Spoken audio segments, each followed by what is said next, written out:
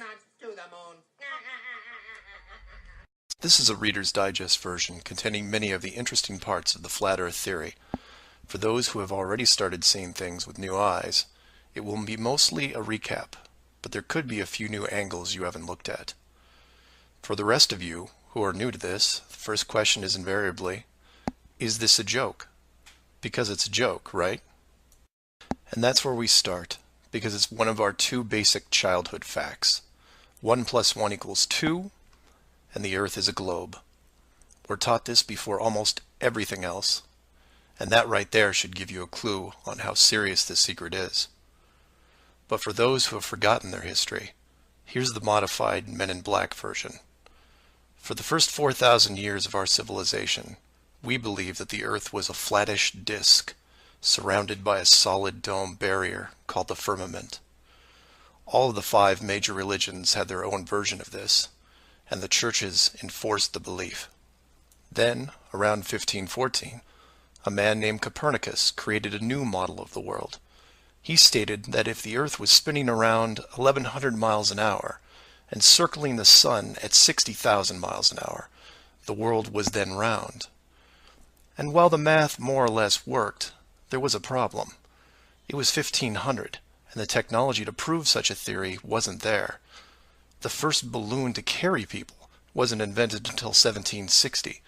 Sailboats were the only travel over water, and the fastest thing on land was a horse. But the new worldview was promoted and took hold. The religions adapted to handle the new reality, and life moved on. More importantly, the globe model was quickly introduced into the education systems. Over the next 500 years, the challenges to this model faded, to the point where the globe was accepted as universally as physical laws such as gravity. Read that again if you didn't absorb it. For 20 generations, people believed that the Earth was round because there was a globe in every classroom they sat in. There was no proof. Hundreds of years went by, and still civilization had no way of proving the theory. Planes were invented around 1900, but until 1957, nothing could go high enough to give a true perspective of where we lived. And that's when everything got strange. The United States and Russia both sent up rockets high enough to take decent pictures, and what they saw scared them a great deal. How do we know they were extremely concerned about the sky? Because the US and Russia immediately started firing nuclear weapons straight up, and they kept firing for the next 4 years. A few things to keep in mind here. First, this was now 1958.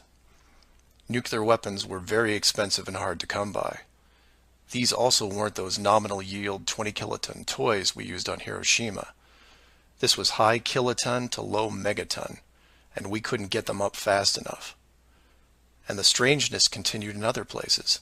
In 1959, only a year into the atmosphere bombardment, 10 nations, including the United States, made Antarctica off-limits to any colonization. A treaty was put in place and to this day remains intact. Over 50 nations now have signed off on this treaty. Do you know any treaty that has lasted that long between all industrialized nations? Moreover, do you know any piece of real estate in the world that is owned by no one? You would think at the very least one of the large oil companies would use their huge financial resources to explore this region, and yet they don't even petition the idea. The short version of the discovery is this. By 1958, the military had discovered the very solid upper and outer edges of our world, and had to create a way to put up "Do Not Enter" signs without looking obvious. It was tricky, but if there is one thing I have learned about the authority, it's that nothing is left to chance. Most of the work had already been done for them, so their job was primarily in the details. The sky part of the dome was much higher than commercial air traffic, so the only thing they had to worry about there was the space program, which is immediately militarized. The outer border had the natural benefit of not only an extensive ocean, but a scaling decrease in temperature and a steady increase in iceberg frequency to discourage ships, all leading to a permanently frozen landmass that could not be used for any form of agriculture.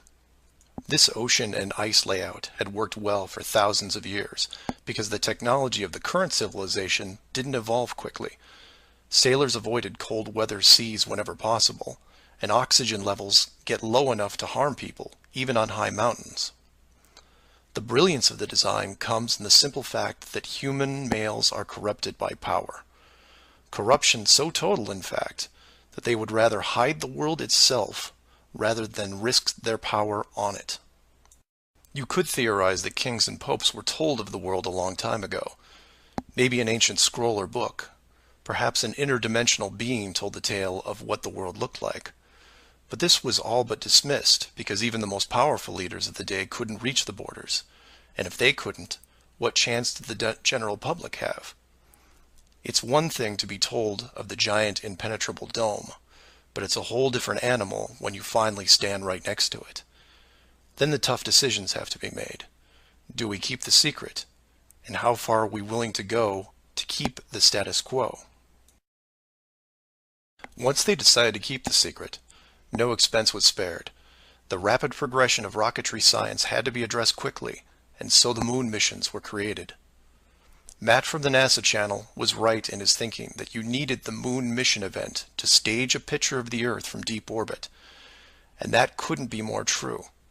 Establishing NASA as the frontrunner of space exploration also diverted people who would have otherwise created their own space companies for profit. The best engineers, technicians, and pilots were recruited to the NASA space program. Once there, they were compartmentalized on a need-to-know basis. The astronauts know of the deception and are sworn to secrecy under the penalty of whatever motivates them. Private space programs are discouraged, sabotaged, or absorbed into the NASA fold. Private sector spacecraft are just not going to be allowed for several reasons. The most obvious is the collision with the dome itself. The telemetry data from such a mission would show an impact failure at a certain altitude, and if repeated, would raise questions NASA just isn't prepared to answer. There are three perpetual questions about our world that can't be eliminated, but avoided at all costs. These are the questions you should ask yourself and others if this protective layer is going to be lifted. I'd like to preface this with a thank you to Max Malone, a conspiracy hardcore who has a knack for boiling down debates to a single paragraph whenever possible. It was he who said, after over 50 years and thousands of hours of space travel footage, both by NASA and other countries, there is no exterior shot where the astronaut completes the simple act of panning the camera 180 degrees, let alone a full 360-degree sweep. This has never happened on any moon mission, exterior space station, nothing, ever. Statistics will tell you that this would have already happened by accident years ago, but it hasn't, and it won't. This is because of the rule they cannot break, the same rule that applies to television set shows that never show the fourth wall. Why? Because there is no fourth wall. Number 2. When you search online for pictures of the Earth from space, 95% of what you will see is a collection of artificial composite shots. In 2000, when I did this search, there was exactly one picture by NASA showing the bottom part of Africa and Antarctica. Now that picture is hidden within hundreds of simulated images. There are HD cameras everywhere, and no one is taking a shot of the Earth, because you can't get enough altitude to do it. Number 3. The commercial air travel routes for the southern hemisphere are wrong. This is an easy thing you can check out in 60 seconds. Take a map reading of the distance between anywhere near Australia and anywhere in South America. It's a straight shot across the South Pacific. Now find your favorite travel site and try to get there non-stop. See what happens. The routes start turning ridiculous. I used to business travel for years, and I've never seen anything like it. It's the one thing in the general public world they can't hide, the actual distance between these two places. On a round world, the flight is easy, just a straight shot across an ocean. But on a flat world, it becomes the greatest distance between 2 points. There are no shortcuts, so they distract you with multiple connections and layovers. It's only blind luck that the United States was in the northern hemisphere. Otherwise, the increased traffic would have raised eyebrows by now. I know, I know. It's madness. It's lunacy. There are people who will tell you straight to your face that all the leaders of the world are lizards, and yet these people laugh out loud when you say the words flat earth. I was, and still am, a huge conspiracy guy. I literally ran out of new tin hat topics to research, and I still wouldn't look at this one without embarrassment. But every time I glanced at it, there was something unresolved. And once I saw the near perfection of the whole plan, I was hooked. Do your own homework. Ask the questions. Get past the possibility and see if you can move into an even bigger picture, like who built the dome and why. That's where it starts to get really interesting, and things start opening up. I know I said years ago that the greater good was something that should be preserved, that JFK, Pearl Harbor, and 9/11 were inevitable. I still believe it, and I understand the decisions. The globe illusion, however, has run its course over the last 500 years. It's time to start again. If that means we end up getting the attention of who or what created this place and force the reset of the world, is that such a bad thing? Astronauts to the moon. Flat Earth Clues Part 1, The Empty Theater. This is part of a series of clues that can help you get your head around both the design of the flat Earth system we live in and who has been involved in the deception to hide it from you. The clue you have to look at is built upon another conspiracy that has been around for decades, namely the space program. Most of those watching this are aware of the varying theories revolving around NASA, the Apollo program, the Space Shuttle, the International Space Station, and so on. The clue itself isn't based on one of these highly debated topics, but the lack of one, more specifically, motion pictures based on actual events. This, like others in the series, is something you can check out for yourself. Everything you need to reference this is online. To begin, think of all the movies involving space travel that you've seen in your lifetime. You'll start with the obvious: Star Wars, Star Trek, Alien, just to name a few. In fact, if you go through your own personal list, you could probably come up with over 100 different off-world movies without breaking much of a sweat. That part is easy. For the second group, try to come up with space movies that aren't fantasy-based. You'll get a list that has Red Planet, Gravity, Mission to Mars, 2001, things like that. These films will usually take on a not-so-distant future theme and where we could be down the road, and it's still a pretty good-sized list. These first two groups of films are encouraged by the authority because they reinforce the globe model through assumption. The entertainment system demands that the globe view and solar system concept is a given. Therefore, the actual worldview must also be true. Or to put it another way, if you're using your suspension of disbelief as you watch a movie like, say, Gravity, then subconsciously you're reinforcing the movie right on top of the real world. The more of these movies you watch and enjoy, the more the lines blur between what you want to believe and what you actually know. Watch enough movies about Mars, and you will be less astonished when NASA announces an actual mission to Mars. Same with the Moon, other solar systems, and so on. Releasing the movie 2001: A Space Odyssey in 1968, right before the actual moon missions, was no accident. It took the greatest director of all time 5 years to make, and several people who saw the theater screenings claimed that many military groups were listed in the credits, only to be removed years later. But 2001 is just a side note of this clue.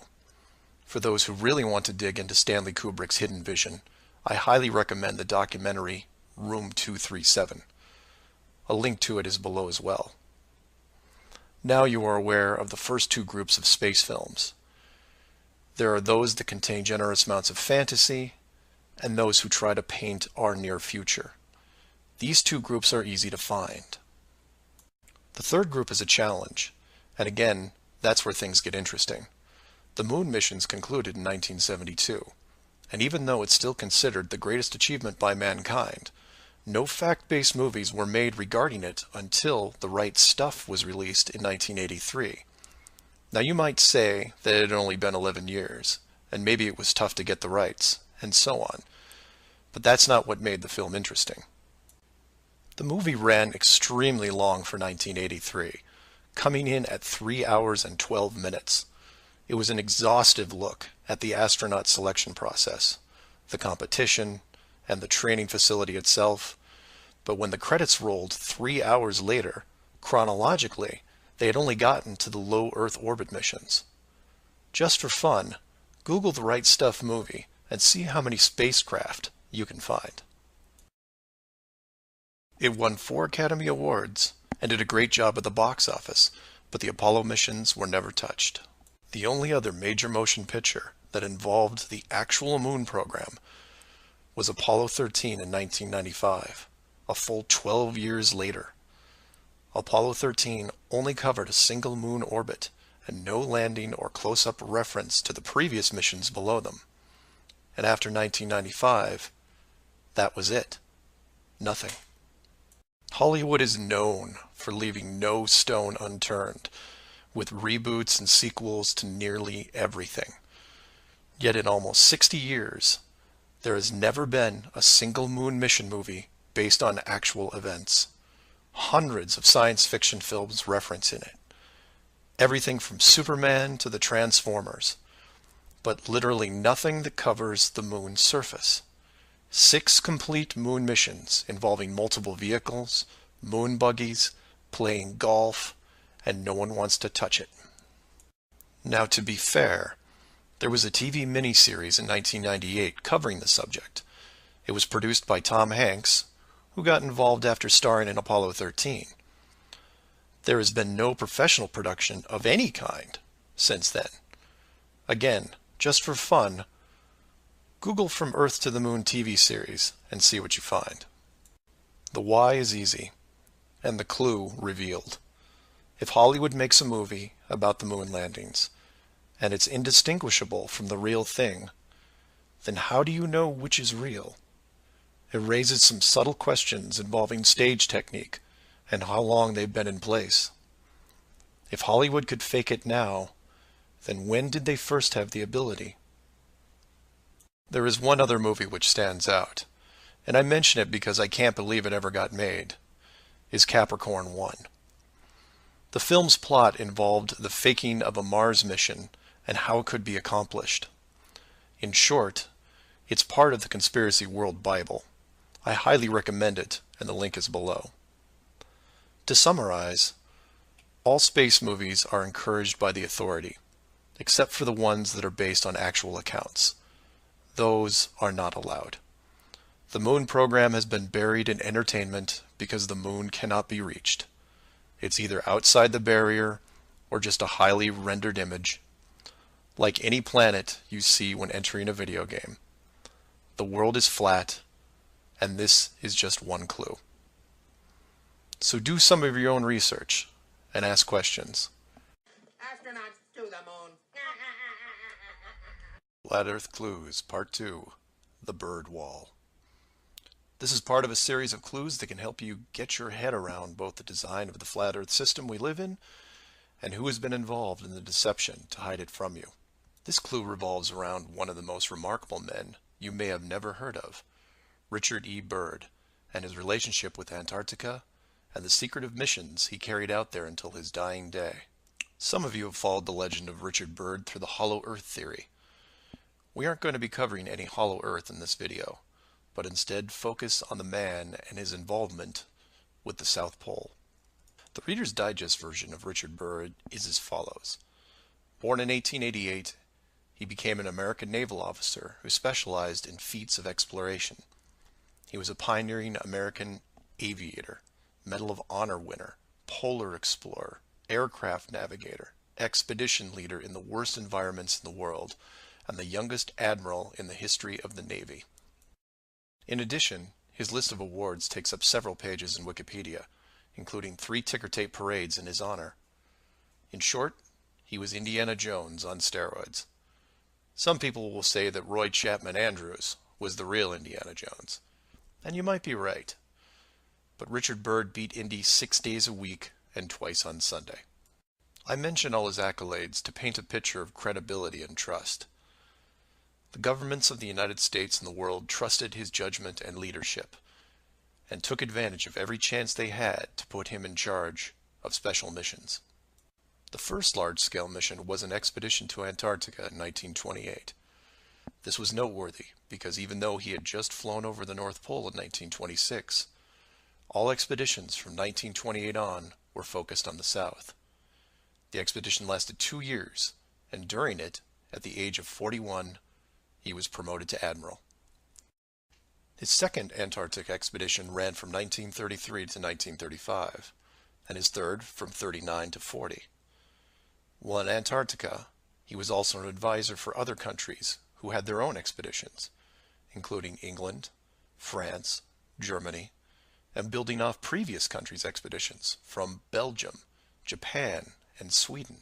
He then helped lead U.S. Navy fleet operations in World War II, was present during the Japanese surrender in 1945, but then something strange happened.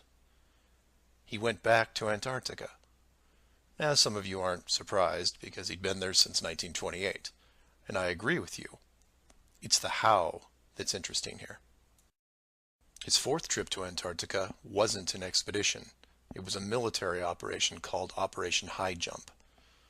Commanding an entire aircraft carrier group that included 13 support ships, Admiral Byrd led 4,700 men to the South Pole, for reasons that are still shrouded to this day. Some say they were chasing the remaining Nazi fleet, even though Germany had surrendered a full year earlier. Others say there was a Nazi base established in Antarctica during the war, when Admiral Byrd was absent. None of these theories are important for this video. What we do know is that the U.S. had sent an excessively large military force to the ice, all under the guise of peaceful intentions. During this operation, Admiral Byrd told a Chile newspaper this: "The most important result of his observations and discoveries is the potential effect that they have in relation to the security of the United States. The fantastic speed in which the world is shrinking," recalled the Admiral, "is one of the most important lessons learned during his recent Antarctic exploration.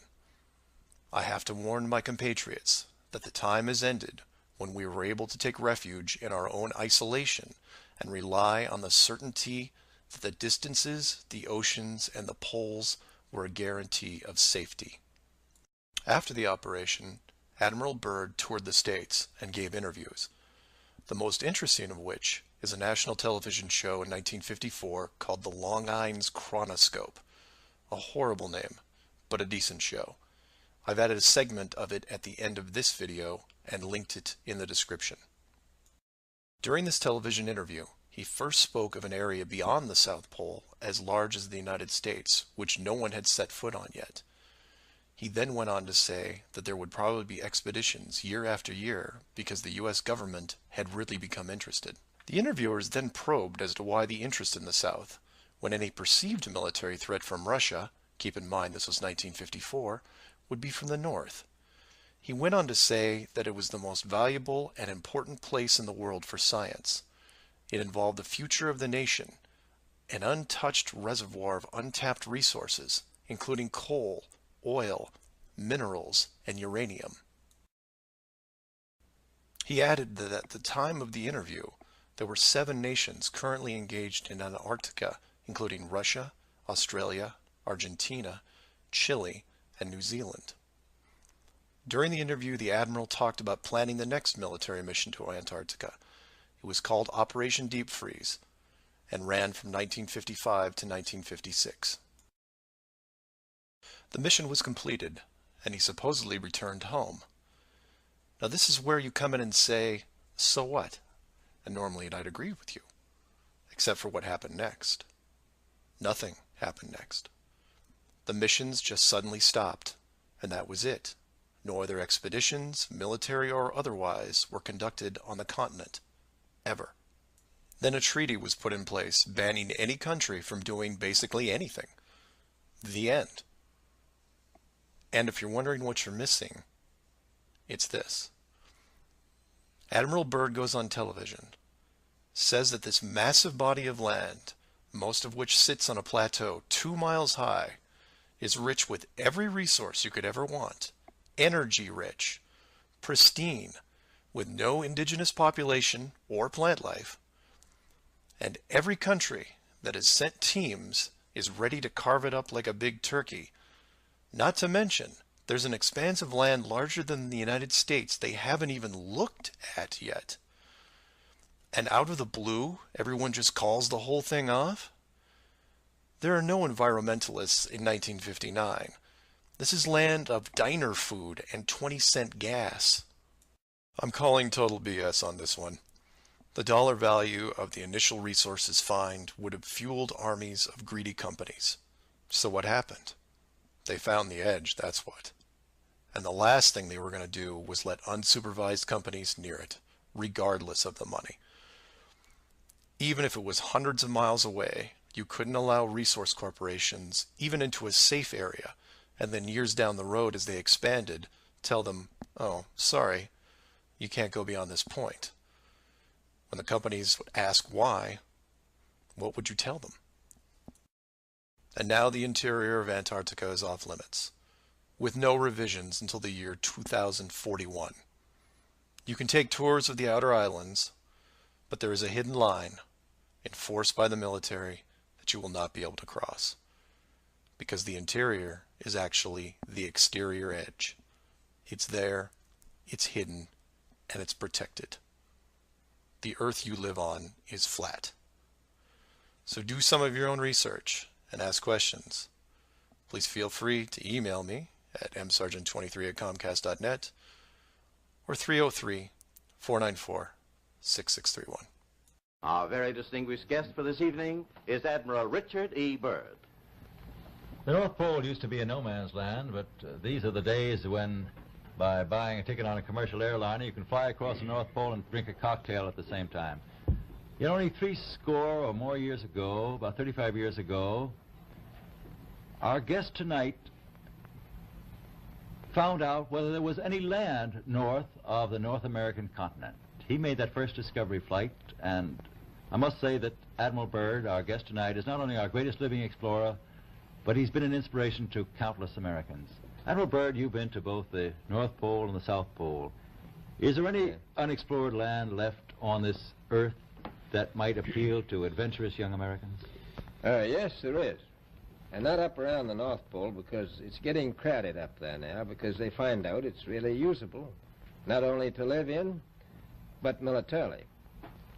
But strangely enough, there's left in the world today an area as big as the United States that's never been seen by a human being. And that's beyond the pole on the other side of the South Pole from Middle America.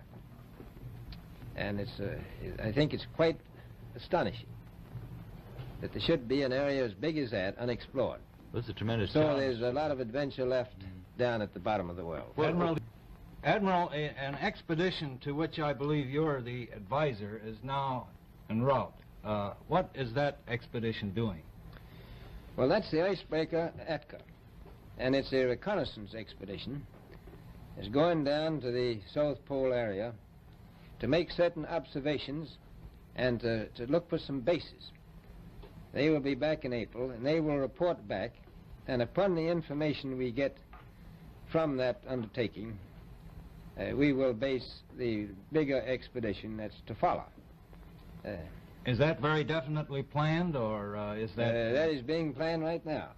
So I'm willing to say to you that there will be a number of expeditions that will follow, I think, year after year, at the bottom of the world, because the government has really become interested. Well, Admiral Byrd, I can understand, I think everybody can, the interest in the North Pole because it's so near our greatest challenger, Soviet Russia. But why this interest in the bottom of the world? Nobody living down there, is there?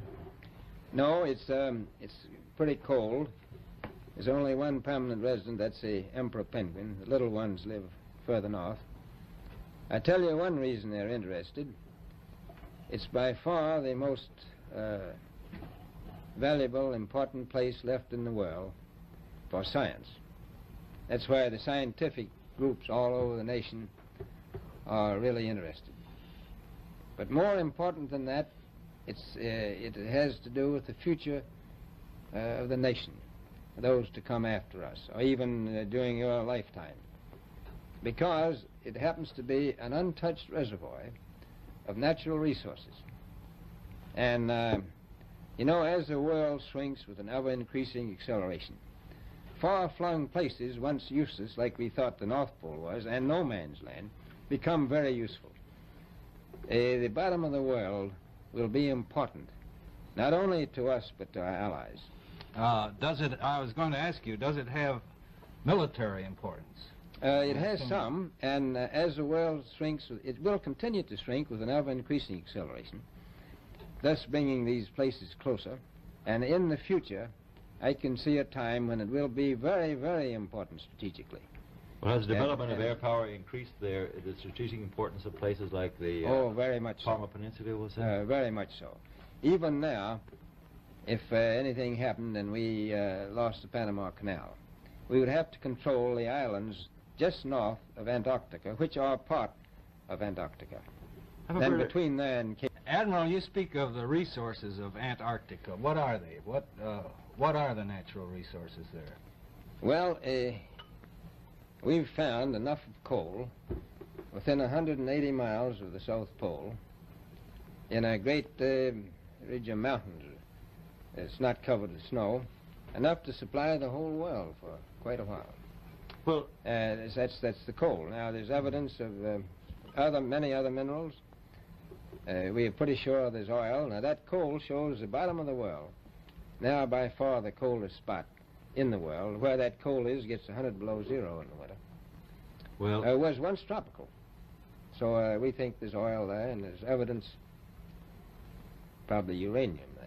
is it any secret? Is there uranium there? That would be the only thing that would be practical to actually go after, I suppose. Everything else would be economically unfeasible, wouldn't it? Well, as we recklessly expend our resources, the time will come when we'll have to go after that stuff down there.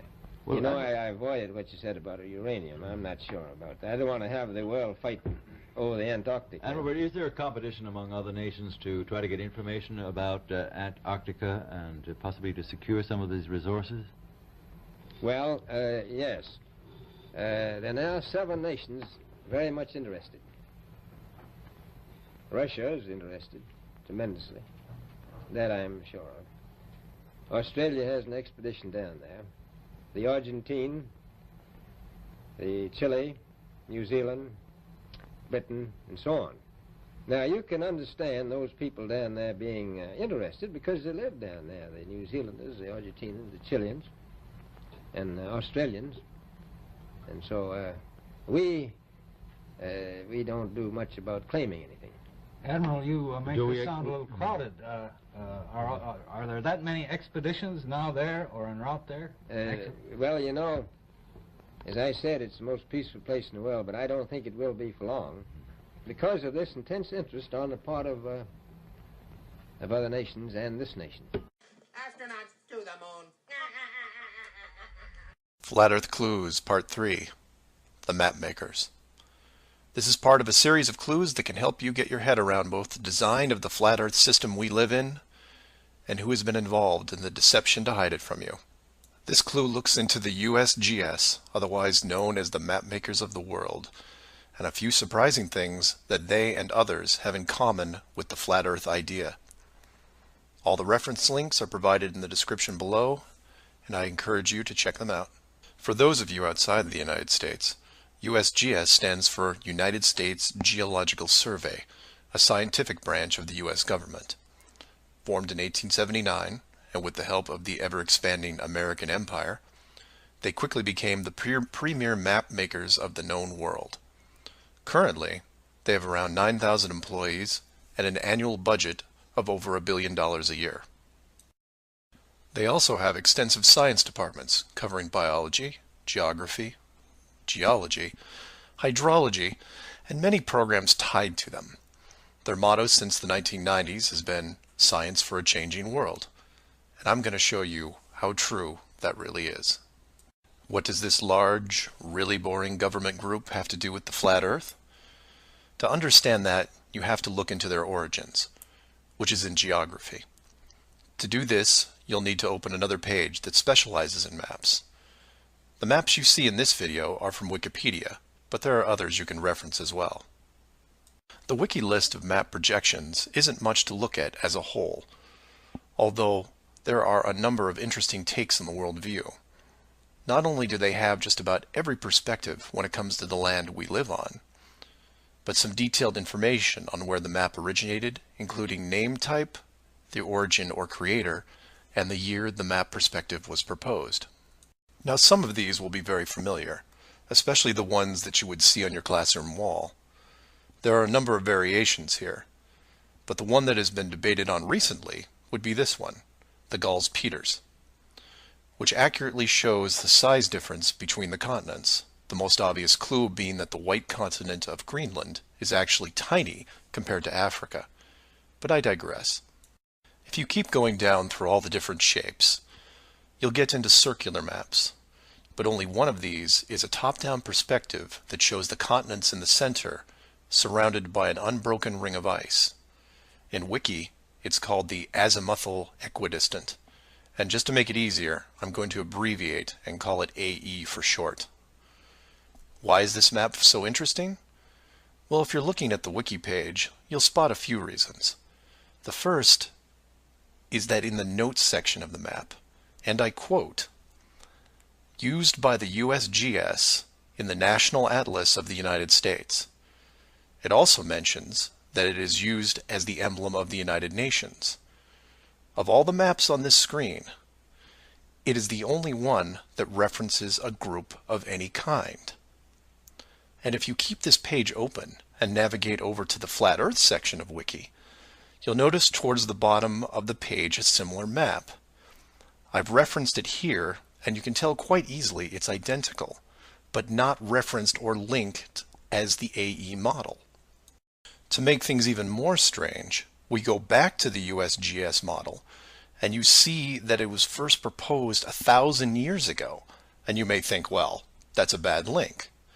So you compare it with the person who proposed it, and you get this guy, Al-Biruni. Who was Al-Biruni? Well, he lived around 1,000 years ago and was considered one of the greatest scholars of his era, schooled in multiple sciences. Have you ever heard of him? I hadn't. Maybe it's multiple bad references in Wiki. Well, no, because NASA knows who he is and named this moon crater after him. So why is the USGS using a version of the world map designed by a 1,000-year-old Persian scientist? Because it's correct. That's why. So to be clear, let's compare them again. The United Nations flag, the USGS official map of the Earth, and the Flat Earth model. All identical, but one isn't recognized and instead ridiculed as an outdated look at the world. And this is one of those political quandaries that the authority gets stuck in. The short version is this. The government is on the same page as the flat Earth, but they can't admit it, even in confidence. We know the Earth isn't flat, they say, but it really is. We know you use the same map as we do, but ours is just an image. And anyone who says differently is obviously crazy. It makes you wonder how long the USGS has been using that model as an official reference. The United Nations started using it for their logos in 1945, and then made some final adjustments in 1947. And the UN flag also raises a few questions, like, why isn't Antarctica represented on the map? Is it supposed to be assumed in the outer circle, or perhaps the spiky olive branches on the outside? They don't mention it anywhere online. And this is what I like to focus on: the gaps, the holes in the plot, the unanswered questions. The USGS using the same map as the flat Earth, but not saying why. not recognizing it, or that you can't link the very same image from the Flat Earth Wiki back to the actual AE definition of the projection. The authority figured out in the 1950s all of the borders of our enclosed world, and have done a great job hiding it over the decades. But the world's a complex place, and there are clues out there just lying around. I think it's time you saw some of them. Astronauts to the moon. Flat Earth Clues, Part 4, Shell Beach. This is part of a series of clues that can help you get your head around both the design of the flat Earth system we live in and who has been involved in the deception to hide it from you. This clue covers the near-perfect design of the flat Earth model and will break down some of the logic behind the decisions made. It sounds like a big task, and it is, but to start, let's look at something small, like this little guy. Take an ordinary mouse and put it into a glass cage. It doesn't have to be a mouse. It could be a snake, a lizard, an insect. It makes little difference for this exercise. People identify with mice because they're used to seeing them in lab experiments. Mice also don't have any sinister connotations. They're seen as relatively innocent and benign, the perfect test subject, as it were. I have yet to meet anyone who has a bias against the lab mouse. So the mouse goes into the box for the first time, and the reaction is always the same. It explores its surroundings, and more importantly, tests the barrier around it, probing for exits or potential exits. The mouse inspects every inch of its new glass home, and at some point settles into the acceptance that the walls are indeed solid and that it may be there for a while. Every so often, it will repeat the process, again checking the boundaries of the cage, just in case something has changed. What it doesn't do is act like it would in the wild, because it realizes that it's in a form of captivity. The glass box doesn't even remotely resemble its natural environment.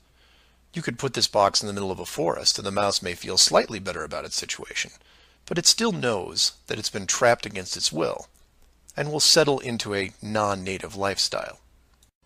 You could take all the other small animals that could be substituted for a mouse, the snake, the lizard, the insect. It makes no difference. The result will invariably be the same. Repeated probing for escape routes, then acceptance.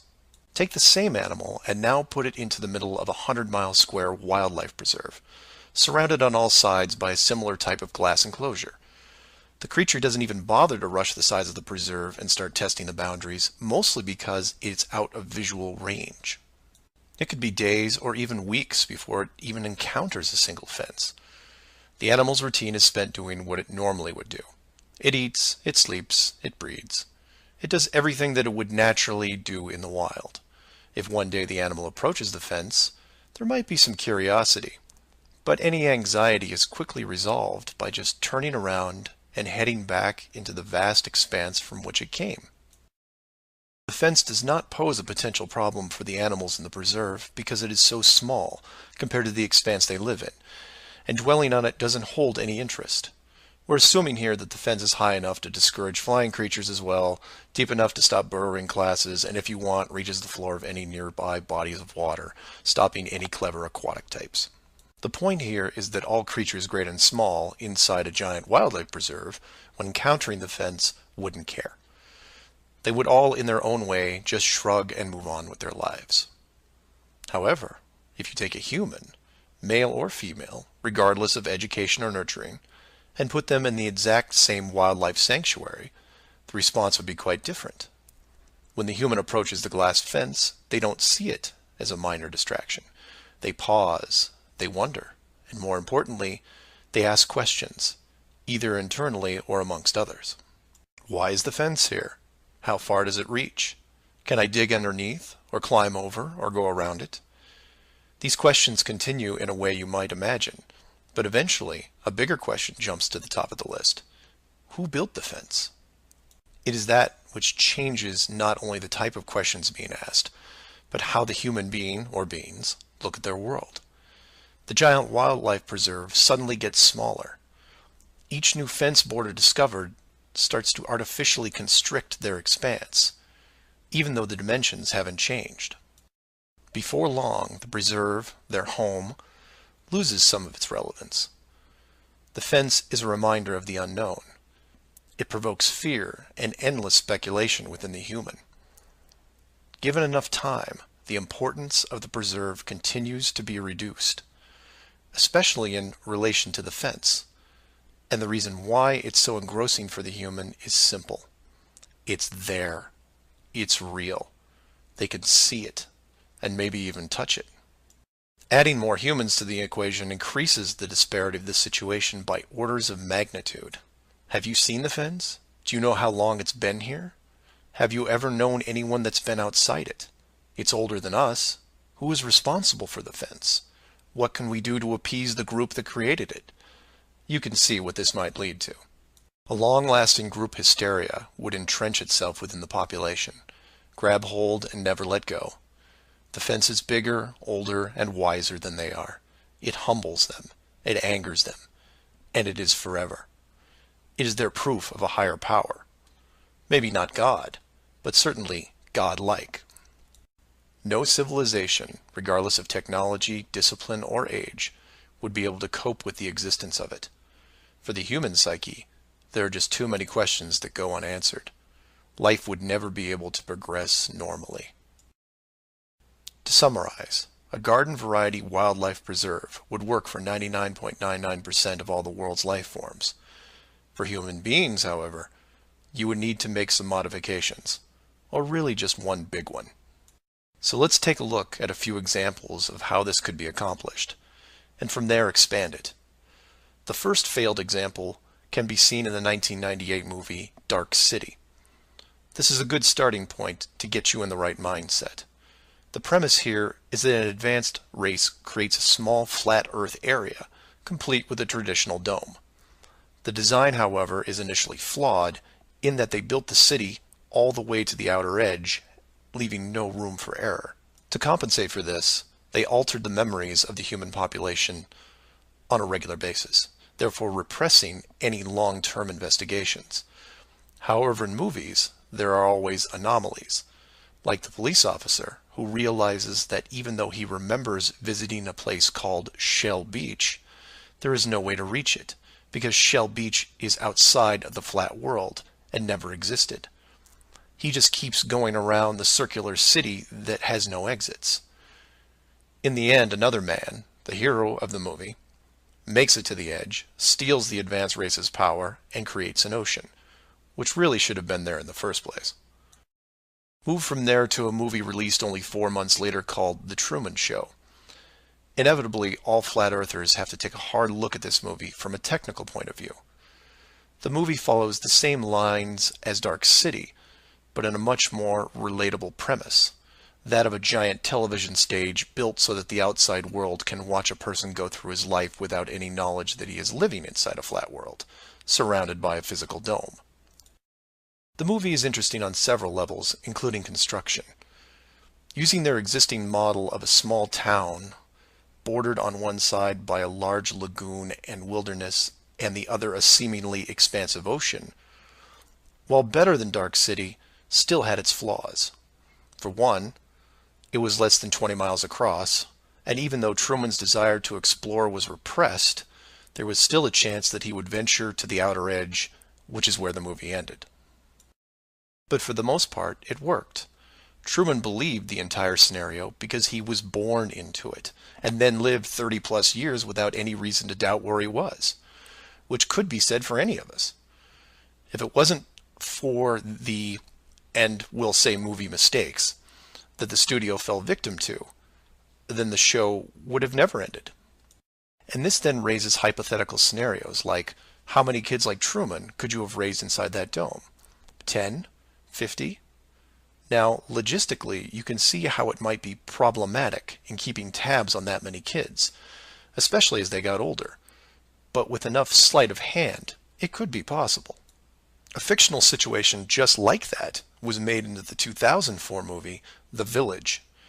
And even though it turned into one of those M. Night Shyamalan plot twist things, the premise was very feasible. A wealthy group of idealists buy a large parcel of land in an existing wildlife preserve, create a small town from the 1800s and raise children there. They pay off government officials to keep planes far away and spread a myth that monsters live in the forest.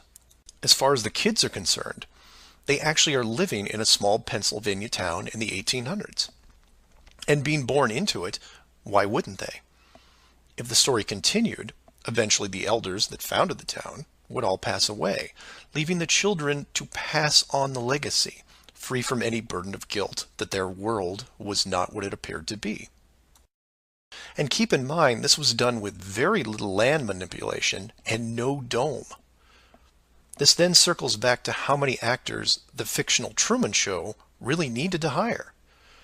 Other than the leads who did product placement, the rest of the town could actually just live their lives like anyone else. Use phone lines to call outside, go to restaurants, watch television at home, and so on. But again, I digress. Assuming the technology was possible, how many people like Truman could you keep in a dome the size of, say, a state that was hundreds of miles across? Probably thousands. If you kept expanding the size of the dome to a few thousand miles, well, then you're talking millions. But when it gets that big, something interesting happens. You don't need the actors anymore. Started up like The Village, and within just a few generations, everyone is oblivious. And you can leave them to their own devices. Starting to sound familiar? In fact, the larger you make the enclosed world, the less micromanaging needs to be done. It gets easier as it scales up. This brings us back to the missing modification you need for the human race. To keep the storylines consistent and remove all the hocus pocus of monsters in the woods or that you can't get to Shell Beach, you place in gradual negative reinforcement, one that creates an illusion of choice. Say, for example, that Truman went out in the sailboat the same as before, but this time the dome was twice the size and the simulated ocean far larger. How far would he travel before getting hungry, thirsty, or tired? The movie ending is then in doubt. And if you compare this scenario where you are now, then you start to see it. Look at the flat Earth map again. Continents grouped in the center, surrounded in all directions by hundreds of miles of salt water. Think about how much further ancient ships would have traveled if you could drink what you were sailing on. As you move closer to the edge, the temperature starts taking a nosedive. Then you start seeing icebergs. If that doesn't stop you, then you run into what we call Antarctica, which is a steep climb 2 miles up with no plant life or indigenous livestock animals. And if you had the wherewithal to make it that far, you would still have hundreds of miles of endless ice and snow. It's easy to see why so few people have gone the distance. Compare this to the upper ceiling, which is much easier to maintain. You simply decrease the oxygen rates so that every 1,000 feet up it gets more difficult to breathe. This slows down exploration over mountain ranges and discourages limited control flight, such as balloons. Also keep in mind that the dome itself doesn't have to be that high in relation to the outer ring. With commercial aircraft capping out at 10 miles and rockets less than 400, the dome would actually look more like a stadium roof, depending on how you wanted to display things like the sun, moon, and stars. An enclosed world with these type of safeguards would be able to sustain an unknowing population for, say, what, 4,500 years? Then you could artificially introduce a globe model into the scientific community before the civilization technology reaches a point that could lead to discovery. And 500 years later, here we are. A civilization inside an amazing structure, doing what we would naturally do, while the authority stands by the gate and fears the consequences if we ever found out for ourselves. So do some of your own research and ask questions. Astronauts to the moon. Flat Earth Clues, Part 5, The Status Quo. This is part of a series of clues that can help you get your head around both the design of the flat Earth system we live in and who has been involved in the deception to hide it from you. This clue covers the inevitable and sometimes frustrating question of why the authority would go to all the trouble of hiding the flat Earth. My hope here is to show you different angles and a progression of events, all of which lead to a very changed world, both physically and mentally. To open, we have to go way back to when the world was a much more simple place. You had your 5 major religions, including Buddhism, Hinduism, Judaism, Islam, and Christianity. Each of these groups had their own version of what is known in Genesis as the firmament, or the flat circular world enclosed by a solid dome-like barrier from where the creator, or creators, looked on. I'm not going to explore all the subtle differences between the groups. Suffice it to say that it's interesting that despite their differences that led to acts of horrible violence between them, there was no real Earth model debate. So around 500 years ago, the science community, led by Copernicus, who probably had a little help, introduced what we now know as the heliocentric, or globe model of the world, which in turn changed the solar system, galaxy, and so on. The religions, seeing that this globe model was gaining popularity, feared a loss in the fan base, so they all adapted their religion to include the globe model. From their point of view, it was a small change from a circular to a globe world, and really, in a few generations, who would remember anyway? So the churches, mosques, temples wrapped up their flat earth model in a metaphoric soft cloth and put it in the drawer with the good silver for safekeeping. Remember this, because we'll come back to it later. And hundreds of years went by, with science promoting all the aspects of the globe, and the religions promoting their beliefs upon this globe. The world kept spinning, so to speak, and everyone was happy. Then in the early part of the 1900s, you get this pesky explorer named Richard Byrd. He has family money, all the right connections, and secures basically unlimited funding and the government green light to probe every piece of unseen territory there is. It was inevitable, I guess. A young man who has an unquenchable desire to see all that there is to see, and then granting him the tools needed to accomplish this goal. He pulls a Truman and gets lucky, crossing the vast salt ocean, avoiding the icebergs, arriving at the frozen coastline, and he keeps going. He was never going to stop. One day, after crossing hundreds of miles of high-altitude ice and snow, Admiral Byrd sees it, a barrier. And to him, it's just a barrier, not the barrier. He is but a tiny speck in front of it. It stretches out on both sides as far as he can see, and straight up so far that he can't discover the beginning of the arc. The great explorer now has a new challenge, finding the shape of this thing. It's much like a blind man describing the elephant. Until you feel out the whole thing, what do you really know? If you look at the AE, or Flat Earth Overhead Map, you see the problem. To even determine the scope of the outer wall, you have to circle it.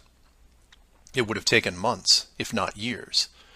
You could use a series of ships going in opposite directions, or planes, but there are refueling stations that need to be built, and so on. His task was challenging to say the least. Admiral Byrd kept laying the groundwork of the great discovery until his eventual death in 1957. A year later, the United States and Russia found the upper edge. From there, the math was easy, and moreover, you could actually see the real world. Then, of course, there is the decision, or deception, depending on how you looked at it. The authority made the call to hide the actual shape of where we live, then sealed off the outer edge from prying eyes, and created the space program not only to reinforce the globe model, but to control it. There was really only one reason they cared about this, and it takes a while to process. So let's look at the immediate effects of actual disclosure and work our way up to the authorities' biggest fear. For this exercise, we'll look at releasing the news today, instead of, say, 1958. While 1958 would have been easier, it's much more relevant and entertaining to explain it in modern terms. We start with a press conference by, let's say, the United Nations, who have discovered that the world is indeed enclosed in a giant high-tech dome of unknown origin and age. The public reacts with wonder and awe, trying to take in the sheer scope of this announcement. Facebook crashes, Twitter crashes, entire mobile networks crash. It's like hitting a beehive with a sledgehammer. News organizations around the world send teams to the outer edge to confirm the finding, and the general public is glued to their media devices. That's the good news, the excitement, the revelation, the positive shock. Then the bad news starts coming in waves, some of which you might not expect. The first is the immediate disbanding of NASA and all other world space programs, for obvious reasons. Most governments will secretly pardon these groups and keep them immune from class action lawsuits, the lawsuits themselves coming from NASA investment groups, claiming fraud. Regardless, everyone at NASA, despite their good intentions, is out of a job overnight. And this is where you would say, good, they deserve it. About time they stopped lying to everyone. Oh, but it doesn't stop there, because every contractor and subcontractor that are exclusively tied to NASA, they have to shut down as well. Fine, a few thousand jobs lost, no big deal.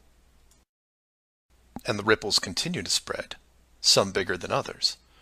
Observatories all over the world close their doors, and the reasoning is this. If you've been looking at the ceiling for decades and couldn't tell it was a ceiling, then what good are you? Every university in the world that has an astronomy or astrophysics program, well, they don't anymore. Stephen Hawking, his book writing days are over. Carl Sagan, no more nova in syndication, I guarantee it. Those professors are going to have to retool their skills and be prepared to answer one giant question. How did you not see it? Weren't there clues? People start finger pointing, and it will continue for years. And still my fellow flat earthers will say, well, hell, that doesn't sound too bad. So some nerds around the world lose their jobs. So what? You don't get off that easy, is what. The finger pointing at the now defunct NASA will then turn to finger pointing at the government, who directed the whole thing. This is where we run into some dangerous ground, involving things like the Ark of the Covenant, the Holy Grail, and the Ring of Power. And you say, you lost me. I was with you until you started bringing up religious artifacts or movies. And you're supposed to be lost. Of the 5 major religions we mentioned earlier, those being Buddhism, Hinduism, Judaism, Islam, and Christianity, none have been able to produce a supernatural object over the last 5,000 years. And trust me, it would be beneficial to do so. The Ark of the Covenant would benefit Judaism, the Holy Grail Christianity, and the Ring of Power, well, that benefits someone else. Maybe I'll leave alone for now. The point is that all religions are actively seeking their leverage against science. You've heard of the division between church and state. Well, here it is. Advantage church. The barrier becomes a giant religious symbol, and since it is backed by the Big Five, it also becomes universal. The Big Five then go into their drawer with the good silver and pull out this belief that was forgotten but not lost, and say, we knew it all along, and science lied to us. Temporarily, all religions unite against science, who has been only moderately weakened by the removal of their astronomy and astrophysics divisions. But the public won't care, because they will listen to the group shouting the loudest, and no one yells louder than the church. They will scream with righteous fury that the dome was built by our God, your God, and the people will turn to science and hear nothing but crickets. And that's where the world changes, because in times of great stress, the public will want words, and while religion has no shortage of them, science simply is incapable of taking leaps of faith. I'll take a glass half full approach and say that anyone listening to this is probably an intelligent, rational person, one who can make informed decisions outside of the conventional doctrine. But for every one of you, there are hundreds, if not thousands, of mouth-breathing troglodytes who will not walk but run to their respective house of religion and say, "You were right about this. What else can you teach me?" This is what fills the current authority with pause. The unknown response to that question. Will religion take the high road and work with what remains of science to discover the truth? It's possible, I suppose. It's also possible that religion will combine this technologically advanced society with a revitalized and aggressive doctrine that then transforms daily life into something that makes the book 1984 seem like a Saturday morning cartoon show. I'm hoping that mankind will prove me wrong, but so far, that isn't the case. Astronauts to the moon. Flat Earth Clues Part 6. Depth Perception. This is part of a series of clues that can help you get your head around both the design of the flat Earth system we live in and who has been involved in the deception to hide it from you. This clue looks into the inevitable design question below the surface, or more specifically, how thick the flat Earth design would need to be. To start, let's quickly recap the design features so far. A basic dome structure made up of advanced high-density material, thousands of miles wide, and at least 100 miles in height. The ceiling of said structure being projected upon by an ultra-high-definition system using super LED technology and a combination of 2D and 3D imaging to simulate all celestial bodies, including sun, moon, stars, and so on. This ceiling is then protected by a scaling decrease in temperature and oxygen levels to the point where human life isn't naturally sustainable above 4 miles. The lower surface of the dome structure consists of an organic layout of continents, grouped at the center, ensuring that no land bridge exists to the outer ring. This is then surrounded by hundreds of miles of salt water in order to limit sea travel. The salt oceans are then adjusted with a scaling decrease in temperature as the outer area is approached, to the point where salt water freezes, forming icebergs, further reducing sea travel. The outer ring is then elevated to a height of 10,000 feet, reducing oxygen levels, and a buffer zone of 300 miles is created. This zone is devoid of all life forms that could be used as food, further discouraging land travel. That all sounds pretty good, but we left out one thing: depth. Keeping human beings away from the ceiling is easy, because it requires higher technology. Protecting the outer ring is a little more difficult, but can be accomplished with layers of negative reinforcement. Protecting the actual common ground is a different challenge, because digging is basic. Everyone knows how to use a shovel, and most construction requires a generous amount of digging. In addition, natural resources such as coal, oil, minerals are harvested through large-scale digging operations. So it's safe to say that any human population is going to be digging a lot of holes, because it's easy and it's necessary to continue their way of life. That being said, how thick would you need to make the flat Earth model so that people didn't accidentally dig their way through? You could use the same method as the outside barrier and create a series of undesirable layers, ending in a solid barrier. But the ever-expanding increases in general population would create an unnecessary risk. If the bottom of the flat Earth was composed of, say, an unbreakable material, this would pique the digger's curiosity, and if repeated all over the world, would raise suspicions of design. While a solid barrier works at the end of a frozen wasteland where no one is venturing, or allowed, it doesn't do much if it's found in a mining quarry or someone's backyard. For that, you need something that hasn't been used up to this point: a scaling increase in temperature, all the way to an ignition flashpoint and then beyond. Now you will jump in and say, well, of course, we all know that there is molten rock below the surface. We see it in volcanoes and, well, volcanoes. Yes, you do.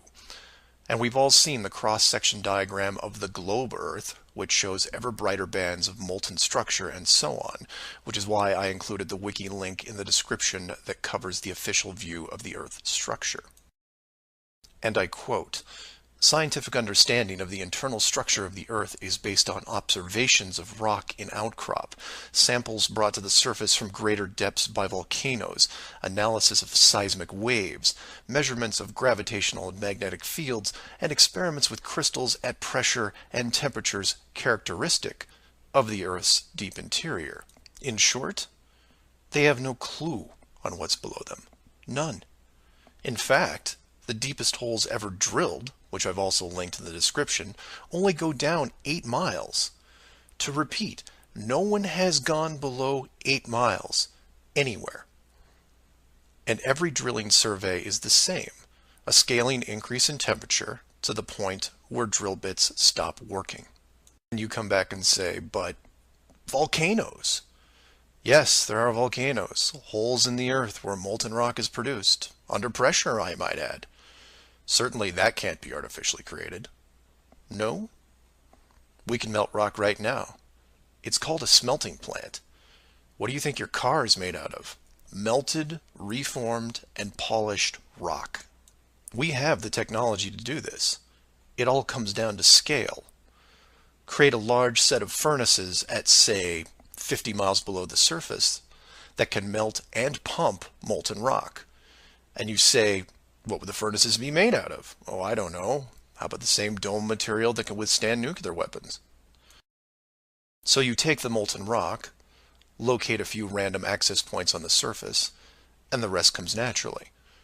Volcanoes also reinforce the Earth structure model that the molten rock goes all the way to the core, which then in turn reinforces the globe model, and then we're back to where we are now.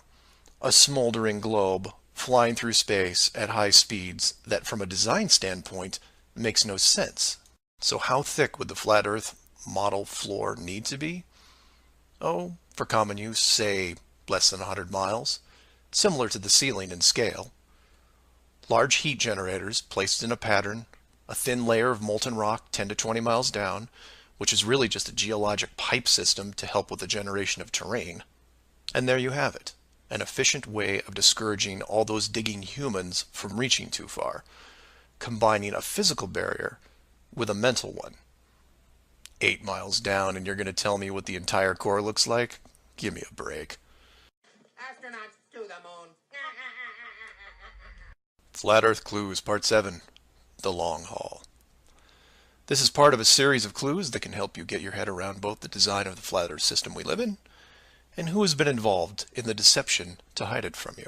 This clue looks into a topic I only glanced at in the original guide, which is the southern hemisphere, or in the flat Earth model, the land masses closest to the outer ring. I like to give credit where credit is due, and the long haul title was given to me by a fellow flat earther who did some of the same research I did. The summary of the video is this. If you are looking to show someone how to view the flat Earth from a practical point of view, this is the example I would use. I'm going to show you how strange the world looks using just a few websites, some simple math, a couple minutes, and your brain. You don't have to write anything down, unless you want to, of course. I'll give you everything you need on screen and break down one of the examples as well. I'll also link the sites in the description for reference. First, here are some websites that help you calculate distance. The GPS on your phone already does this, and you may have an app as well, but here are some dedicated examples.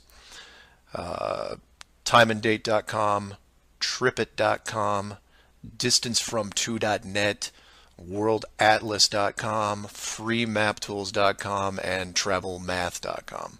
If your favorite isn't listed here, like Google Maps, then use whatever is most familiar to you. Now we are going to look at two specific groups of cities. The first group is going to be from the area around Australia, including New Zealand. We'll call this Group 1. Group 1 includes Melbourne, Australia, Sydney, Australia, Perth, Australia, Auckland, New Zealand, Christchurch, New Zealand, and Hamilton, New Zealand. The second group is going to be some cities in South America, all in the southern hemisphere. I mention this because if you go high enough, you will run into a few cities that won't work.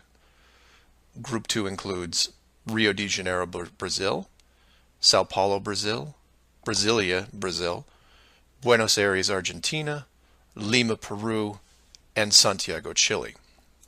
Again, there is a link in the description with many other airports. Now, these two groups are interchangeable, as you would imagine, so you can start or end with either group 1 or 2. The results will be the same, and just to make it interesting, I'll use a slightly different example which a fellow flat earther did the legwork on and show you that even these two groups aren't exclusive.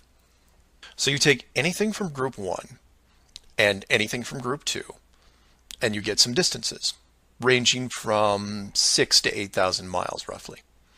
That's all I want you to do here is get that part in your head, noticing that the route is bent because they have to account for the curvature of the Earth.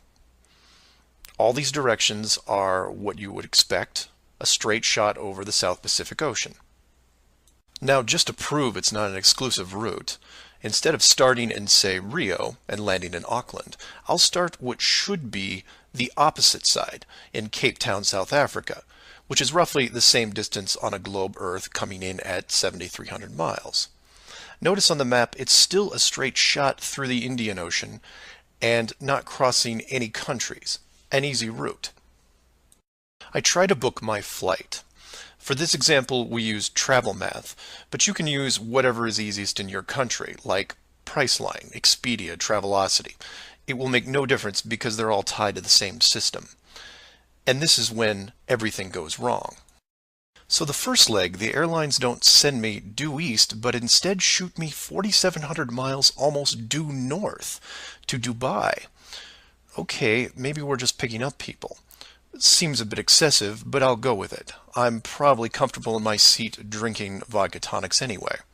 And from Dubai, it should be a straight shot home to Auckland, right? No.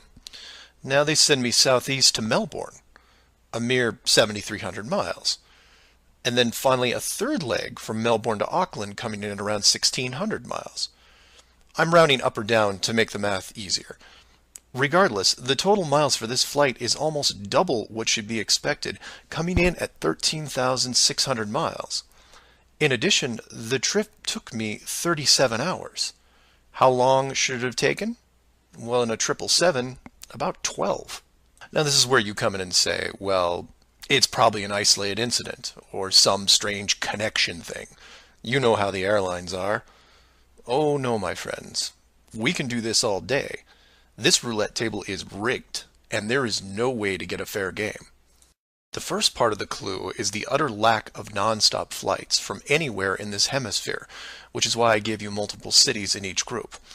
And here's the plot hole for you. Flying from international cities like Sydney, Rio, Santiago, or anywhere else close by, you can't get a single non-stop flight, no matter how much money you pay. I tried to do this for an entire night, and it was like playing an online casino game, one that I was losing most of the time. The connections kept coming in like spam windows. Start in Christchurch, go to Auckland. Start in Auckland, go to Sydney. Start in Sydney, go to Dubai, or Los Angeles, or somewhere else that makes no sense. Some of these connections took the trip over 50 hours to complete. Go ahead, try it yourself. You may find one nonstop. But even then, the strangeness doesn't end there, because the speed is wrong. For reference, I included an optimum cruising speed guide from a commercial pilots forum that lists all the international aircraft used in these routes. A 777, the current state-of-the-art flagship plane, designed for maximum fuel efficiency, has a cruising speed of 640 miles an hour. 7,400 miles comes in at around 12 hours. Try to find this route. It doesn't exist. It can't. The closest I came was a one-connection flight with a 3-hour layover. The total flight time was 20 hours. 20 take away 3 is 17, not 12. And this might work if the plane was doing, say, 430 miles an hour. But it's not. In fact, the slowest cruising speed I found was an older Airbus just around 593. But this is all just numbers, right? It is until you pull up the flat Earth map and look at the farthest 2 points, which just coincidentally are anywhere in Australia and most of South America. Or my example of Lower Africa, which you can see isn't west at all. It's a shell game, and a very good one at that. Keep people guessing with multiple connections and layovers, jumping from city to city. People just sit in their seats, trying to sleep through it. And then it hits you. Well, the pilots would know, right? They fly all day, every day. Certainly, they would have figured it out by now. Some of them would get suspicious, sure. Any decent navigator will be able to work out the speed, fuel consumption, and odd connections. But imagine what they would have to get their head around. First, they would have to ignore the world GPS system that has been leading them to their destinations without error. If you want some interesting side reading, check out the link on the history of the GPS. And I quote, "Developed in 1973 to overcome the limitations of previous navigation systems, integrating ideas from several predecessors, including a number of classified engineering design studies from the 1960s. Oh, and by the way, was created by the Department of Defense, the same people that closed off Antarctica. GPS went fully live in 1995. So if you were a pilot before then, you might have been able to pick up a breadcrumb trail. After that, very difficult. Plus, let's say you did figure out that something was off. Who exactly would you tell? The FAA? You would be looking around and wondering why you were the only one to see it. And then what? You make the leap of faith and see that the entire map system is wrong? Never gonna happen. You might as well just tell them that an alien spacecraft followed your plane around for 2 hours. We know what happens then. Start playing Flight Time Casino for yourself. See what interesting things you can discover. And while you're at it, show it to any pilots that you know. But don't forget to leave the words flat Earth out. Because that's crazy, right? Astronauts to the moon. Flat Earth Clues, Part 8. The Creative Force. This flat Earth perspective takes a look at the design from the ever-present why standpoint. And although it will review some of the dome technical features already discussed, I'll try to do it from a different angle, or more specifically, why I might build it. Someone mentioned to me recently that while the dome was a very big concept, it made the world much smaller. Kind of like what Admiral Byrd expressed in an interview all those years ago. This someone also said that it made them sad, which I understood. And while I did what I could to comfort this person, I realized that I could have done more.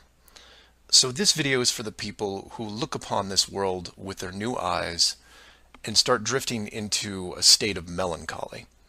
To preface, this isn't jail, nor are you lab rats. And before I'm done, I hope to show you a version of why. To start, let's look at an old story, one that you may have heard, involving another enclosed world, kind of like yours. I say kind of like yours because the finished design that you are sitting in right now took several revisions in just about every aspect, much like any project. You come up with ideas, you see what works and what doesn't, and you improve the process until you come up with something that, while not everyone agrees upon, satisfies the best of all criteria. One of the first dome layouts involved a race of people who were supremely driven by ambition. They didn't have a word for lazy or fear. They absorbed knowledge very quickly, incorporating physics, advanced electronics, engineering, and drove their technology with energy from the enclosed world itself. And when their technology had reached the point where the dome's structure was discovered in its entirety, there was no reaction of wonder and awe. They just looked up and squinted at the sky. Eventually, those squints turned into glares.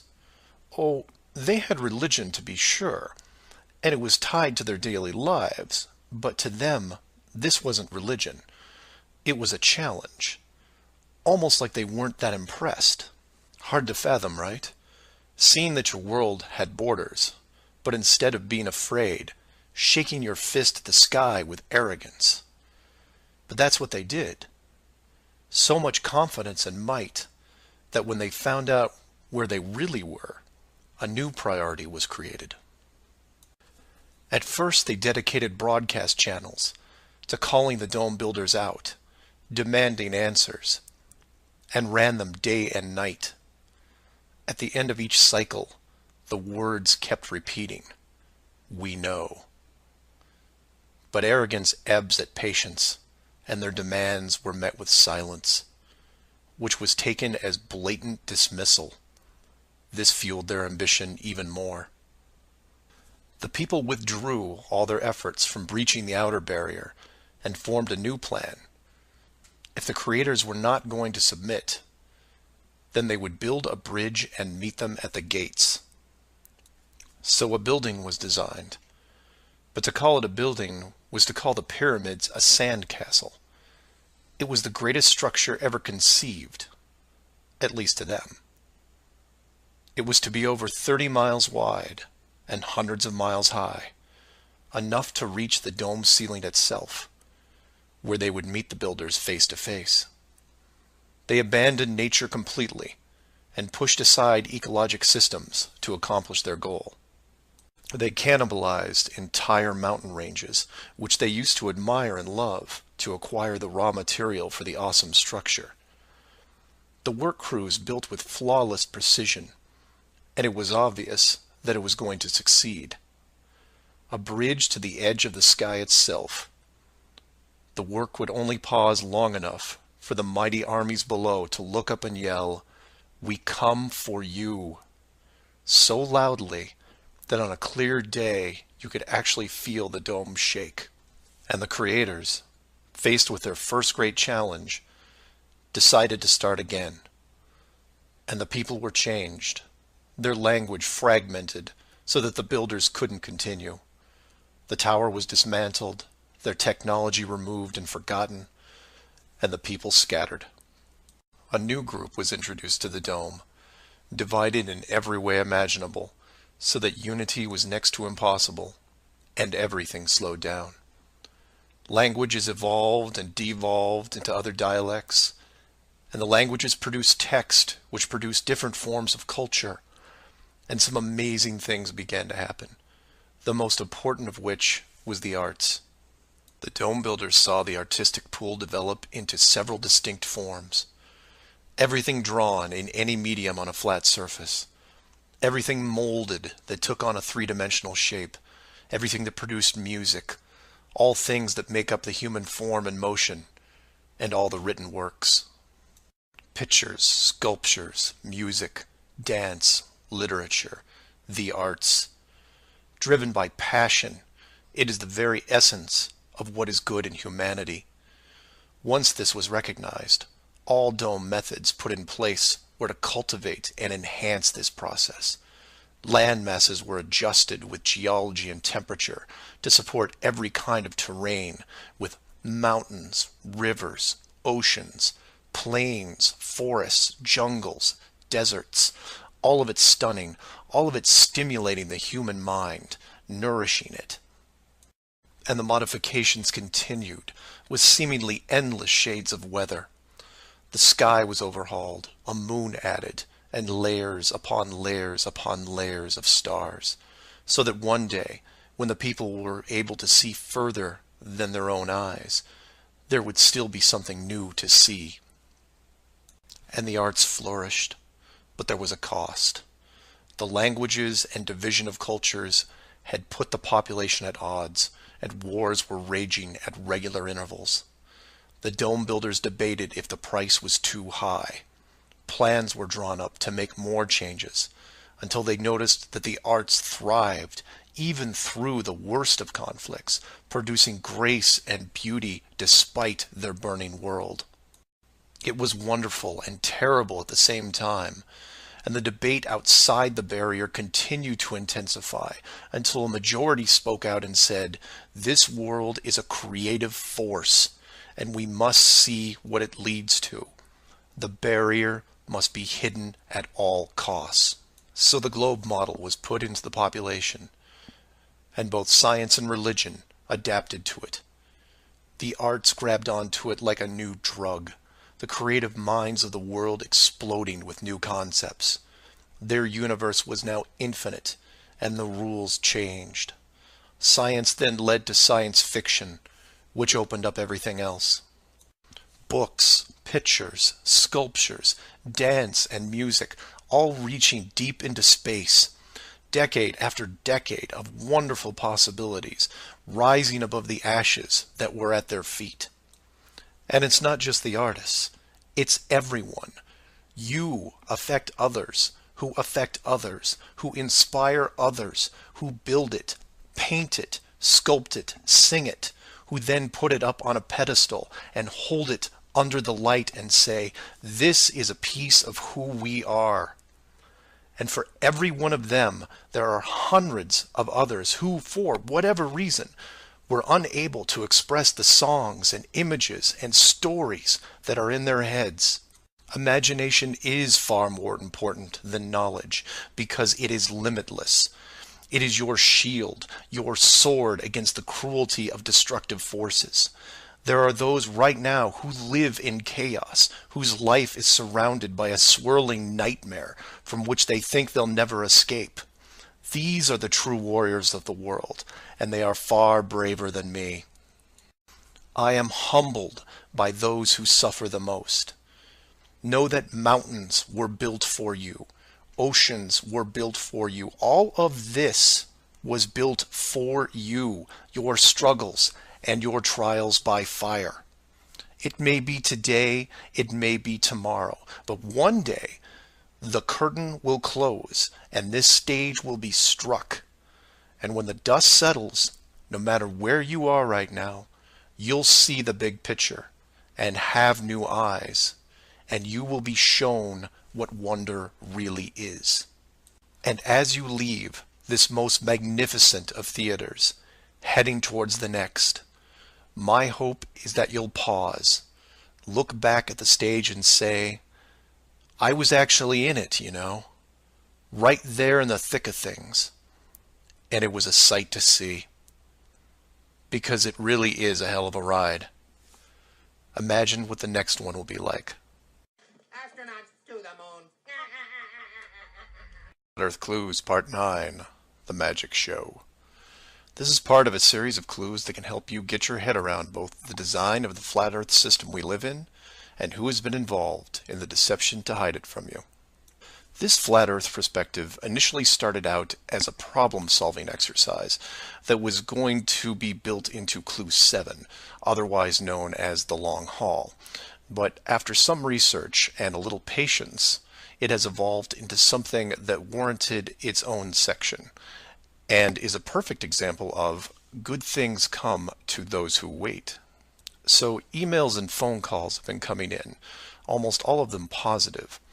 Several people from around the world commented on the southern plane routes.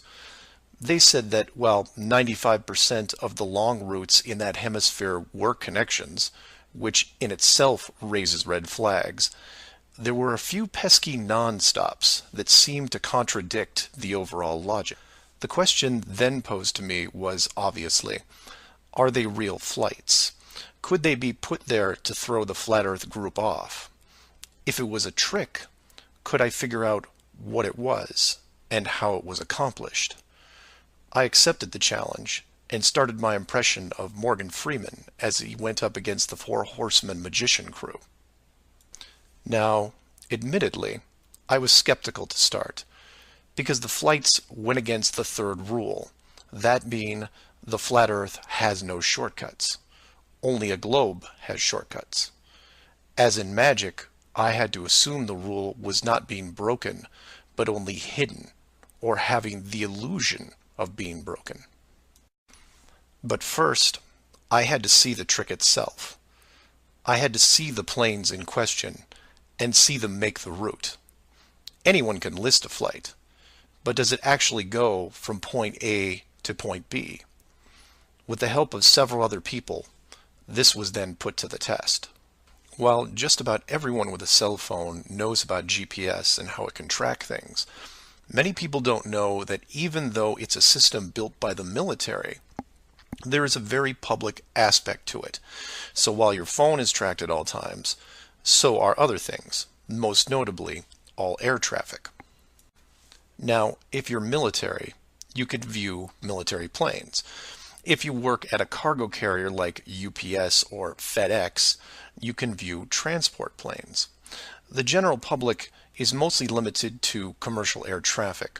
This can be viewed in several places, and the one I chose was planefinder.net. You can use others like FlightAware, Flight Radar 24, Flight Tracker. It makes no difference because they are all tied into the same exact GPS system. All these sites do basically the same thing: track every commercial plane in the world from start to end in real time. So I spend day after day looking at the Plane Finder global map, which you see here. At any given time, it's tracking between 3,000 to 7,000 flights that are en route anywhere in the world. You'll notice two different colors for planes, red and yellow. Yellow just means there's a 5-minute delay in processing and only applies to the United States. The point here is, in order to prove out these flights that go against flat Earth theory, I need to watch a few as they cross either the South Pacific or Indian Oceans. The web page updates automatically, but just to be sure, I close and reopen the page every 30 minutes or so and wait for an ocean plane. And I wait, and I wait, and I wait some more. Hours pass, days pass, and no red planes to entertain me. And somewhere in this process of me just staring at these empty oceans, waiting for a plane to cross, something occurs to me. Can you guess what it is? Nothing is crossing these oceans. Not non-stops, connections, multiple connections, nothing. But that's not possible, right?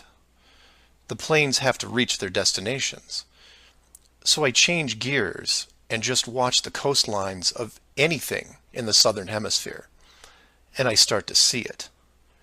I follow a simple plane out of Brazil on its way to South Africa, which, by the way, is not part of the long-haul argument. It's offshore just a few hundred miles. I get something to drink, and when I come back, it's gone. Just a glitch, right? So I follow another, and another, and the same thing happens again and again. Once the plane reaches an imaginary line in the water, GPS makes it disappear.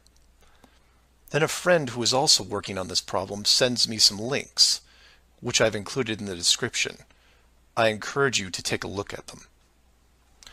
At first, they don't seem like much, just an average flight log showing speed, altitude, locations, things you could expect. Then you scroll down to about 3:30 in the morning, and the location drops away and is replaced by either the word approximate or the word estimated. This then continues for the next 5 hours until, miraculously, 1 hour before landing, the flight log reestablishes itself, and the GPS system shows the plane in real time about to reach its destination. So to be clear to those who may not be seeing everything here, the flights are being dropped off GPS, and their flight data is also turned off and stays off until they are almost on top of their arrival point. And you say, well, that's how GPS works. Well, no, because the northern hemisphere has planes flying all over their oceans. And then you say that maybe it's a localized southern hemisphere thing. And I say, then why are all the flights over or near land perfectly tracked? Furthermore, this is a US-based system with Americans flying on vacation every single day. You're telling me that those people aren't going to be tracked? In addition, the Vanishing Plane Act is happening to not only the South Pacific and Indian Oceans, which I would expect, but also the South Atlantic, which isn't part of the flat Earth argument. There are a bunch of flights that cross this relatively small ocean between South America and Africa, and every one of the planes is hidden shortly after takeoff. So then you say, what would be the purpose of hiding those shorter routes in the Atlantic? It's because of something I didn't see right away. If you hide one flight, you have to hide them all. Showing the GPS routes in the Atlantic, but leaving out the Pacific and Indian Oceans would raise different questions. So the logic here, despite being very sneaky, is sound. The third rule is that the flat Earth has no shortcuts. If you look at the azimuthal equidistant map again, and look close, you notice that while the South Pacific, South Atlantic, and Indian Oceans make up the lower sections on a globe, they make up the outer ring on a flat model. In that model, there is no shortcut between Australia and South America. If you are creating flight routes, you have only two choices. You take the long way around, clockwise or counterclockwise, and stay on the ocean. Or you cut across the land in the middle. But if you cut across the land, you have to create connections, because on a globe, it wouldn't make sense to fly over the top of the United States to get to South America. Neither of these choices are ideal. So the authority came up with a compromise. Disable GPS and lose the planes for every ocean flight in the southern hemisphere. Then reactivate them once the destination is reached. This is just one of the lengths that they are willing to use to keep you from seeing it.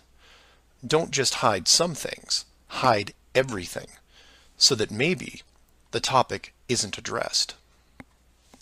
And some would come back and say, well, nice going. You just pointed out a flaw in their system, and sooner or later they will fix the gap. Maybe. But not soon, I think. Remember, this is a rule, not a guideline. They can't change the map, so they have to work within its limitations. If they have a better workaround, I can't wait to see it. Astronauts to the moon. Flat Earth Clues, Part 10, Hiding God. This is part of a series of clues that can help you get your head around both the design of the flat Earth system we live in and who has been involved in the deception to hide it from you. As you can tell from the title, I'm taking a different approach. Eventually, I was going to have to address the question of what happens next, or what we do now with the information at hand. If you've made it through the guide and the first 9 clues, then at this point you're either buying into the flat model or on the fence. If this is the first one you went to because of the title, I recommend you go back, because we're not going to do much in the way of reviewing. But if you're still with me, then you would agree that 1, the world you've been taught has been kept from you, and 2, one way or another, you would like to prove this out. So how is this possible? The authority in question who created what you call the globe is guarding all the gates. They protect the sky, the outer edge, and most importantly, the education system that shows us at an early age what they want us to see. Nobody listening to this has their own spaceship or advanced rocket program. Nobody actually owns a long-distance icebreaker. And while some of you may have a private plane, I wouldn't recommend testing a military barrier that technically doesn't exist. But then again, you have to remember that this is not the story of David and Goliath. The hidden world was never going to be sustainable forever. As a civilization evolves, the tools the authority uses as a method of control become more vulnerable. I've learned many things about systems over the years, and one thing that I find most interesting is as layers of strength increase, the higher the chance that they can be used to your advantage. But maybe I'm talking in riddles. I should be boiling it down to what can be done by showing you what's being hidden, what's important, and how it can be spread to others without looking like a crazy person. To be clear, and I can't stress this enough, do not start conversations with the word flat earth. Think of it like Fight Club. The first rule of Flat Club is that you do not talk about Flat Club. Before you started waking up and watching all these things, you were like me. You laughed and mocked everything that was flat earth. You may have learned faster than others, but the knee-jerk reaction by 99% of the people was created the day they sat down in a classroom and stared at the globe. Look at the videos, not just mine, but others who are putting forward some great arguments, and ask the questions that people can relate to.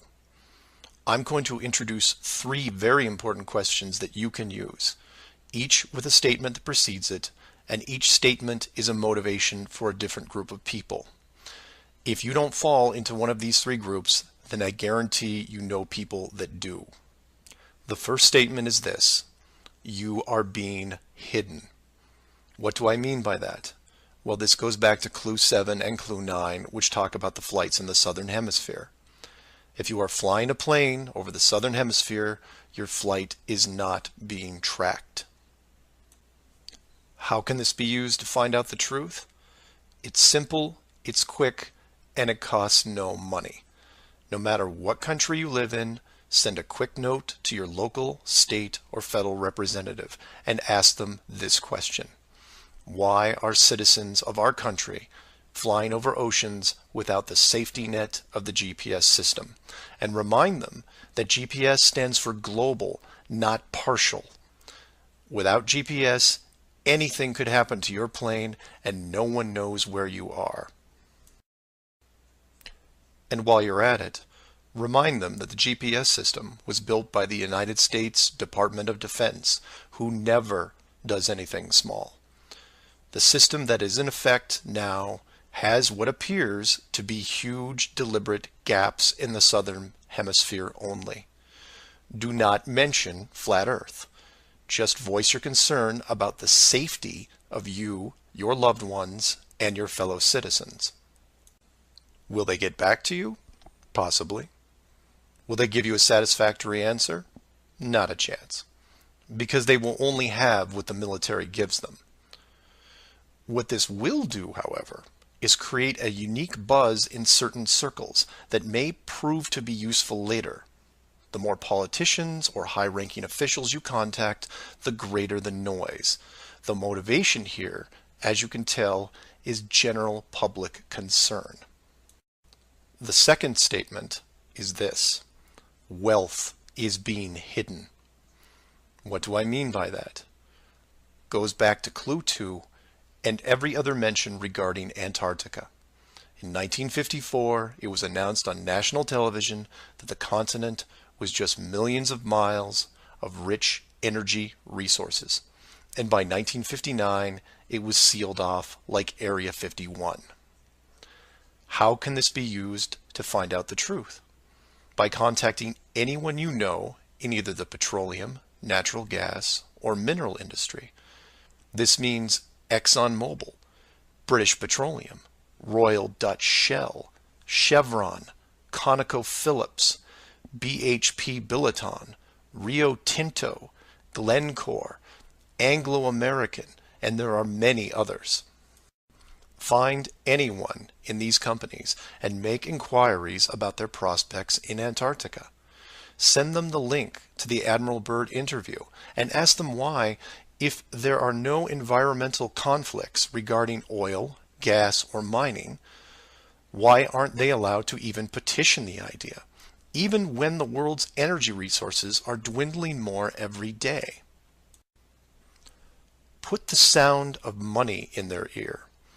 They may not be able to break through the decades of red tape laid out in front of them, but it will create a buzz from a different side, the motivation of greed, and of pristine resources just begging to be harvested.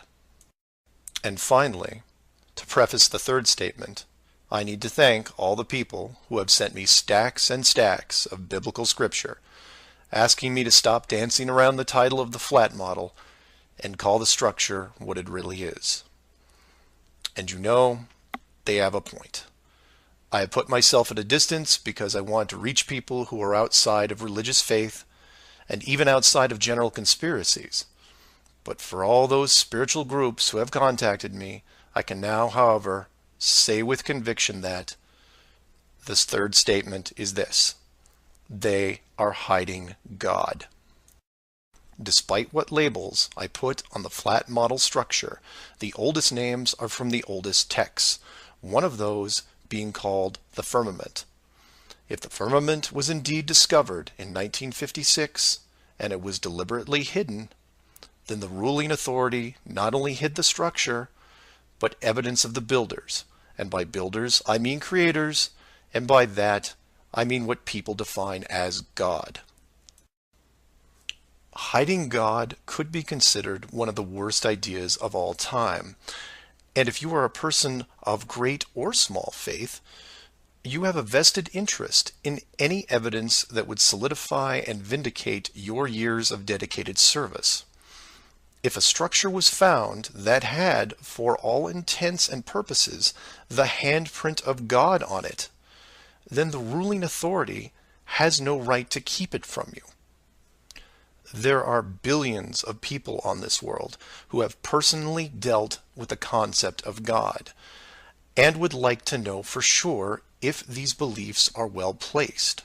Or, in short, you want to know the meaning of life. It's out there, and it's been hidden from you. Your motivation is clear.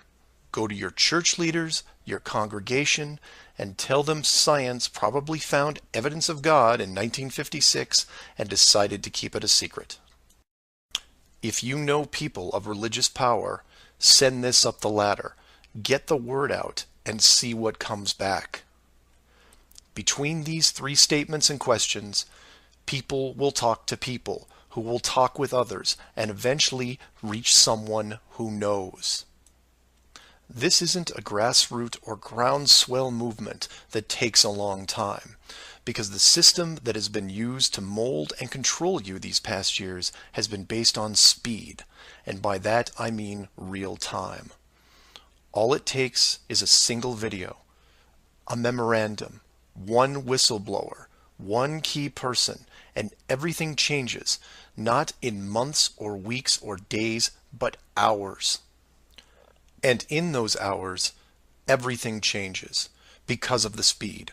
People all over the world wake up and look at the sky with new eyes, and things start to get better. One person, that's all it takes. One person to come forward and share what has been hidden for so long. Maybe someone who is tired of all the games. Maybe someone who has gone year after year burdened by such a heavy secret. Maybe you, who are listening right now, who is looking for a reason to come forward. This is it. And if you don't want to walk into the light and be the hero, I understand. But if you can't, for whatever reason, then be anonymous. Share the message and help us make this world better, because it can be better. For everyone else, give this person an opening. Give them the opportunity and give them the support they need to help reclaim what's left of our civilization, because we need it now more than ever. I will keep spreading the word for as long as I can, in hopes that everyone that hears it starts seeing things with new eyes. And I encourage each of you to do the same. And maybe one day we will learn to treat others better than we treat ourselves. Astronauts to the moon. Flat Earth Clues, Part 11, Souls in the System. This is part of a series of clues that can help you get your head around both the design of the flat Earth system we live in and who has been involved in the deception to hide it from you. This clue looks into the recent past, or more specifically, an odd but interesting piece of conspiracy lore. What I hope to show here is an example of how an enclosed system, once revealed, can change the world very quickly and in ways you may not have realized.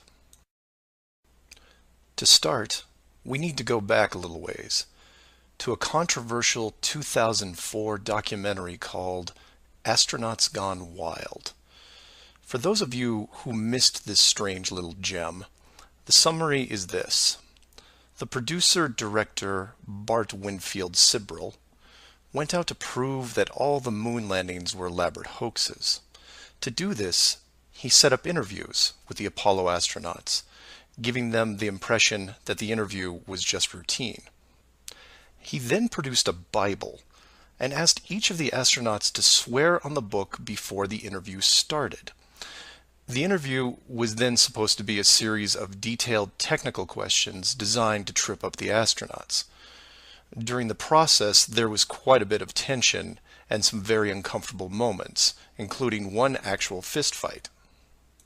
Now, I'm not recommending that anyone actually go out and watch this hour-long documentary.